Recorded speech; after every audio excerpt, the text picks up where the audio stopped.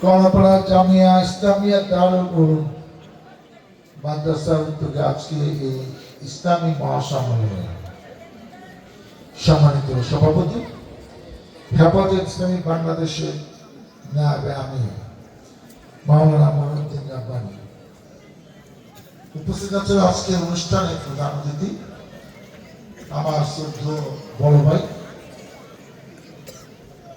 BNP চেয়ারপারসনের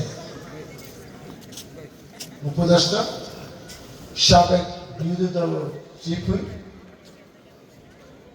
পাঁচবার নোয়াখালী সেনবাগ থেকে নির্বাচিত সাবেক সংসদ সদস্য আমাদের সকলের অত্যন্ত প্রিয় কাছের সাহসী জননেতা যারা জয়নাল আবেদিন ফারুক, উপস্থিত গোলাম আকরাম ভাইরা, রাজনৈতিক দলের নেতৃবৃন্দ, এলাকার মুরব্বিয়ান সুধী মন্ডলী এবং বাড়িতে বসে যে সকল মা বোনেরা আমার এই বক্তব্য শুনছেন, আসসালামু আলাইকুম। ফারুক একটু অসুস্থ, তার পায়ে একটু ব্যথা আছে, তারপর যিনি কষ্ট করে এই সাভারে এসছেন, আমি এই এলাকার সাবেক সংসদ সদস্য হিসাবে, এই এলাকার নেতা হিসাবে তাকে আমি আন্তরিক ধন্যবাদ জানাচ্ছি এবং অনেকক্ষণ ধরে উনি বসে আছেন, তার ধৈর্য দেখেও আমি অবাক হচ্ছি। আপনারা নিশ্চয়ই ভুলে যান নাই 2011 সালে 6-7 জুলাই বিএনপি 2 দিন হরতাল ডেকেছিল এবং ওই সময় যে ঘটনা, এটা আমার বলার প্রয়োজন নাই, আপনারা জানেন। অতিরিক্ত পুলিশ কমিশনার হারুনুর রশিদ এই কিছুদিন আগে টিভি প্রধান ছিলেন এবং আরেকজন বিপ্লব কুমার সরকার সহকারী পুলিশ কমিশনার ছিল সেই সময়। তাদের সেই যে আচরণ করেছিল ফারুকের সাথে, সারা বাংলাদেশের মানুষ বিএনপিকে যারা ভালোবাসে, খালেদা জিয়ার নেতৃত্বে যারা আস্থশীল, তারা দেখেছে যে এই সরকার কিরকম আচরণ করতে পারে। তখনও আপনারা বুঝেন নাই যে আরো দিন বাকি আছে এবং তাদের সেই ক্ষমতার দাপট, পোশাকের দাপট এখন তারা কই খুঁজেও পাওয়া যায় না।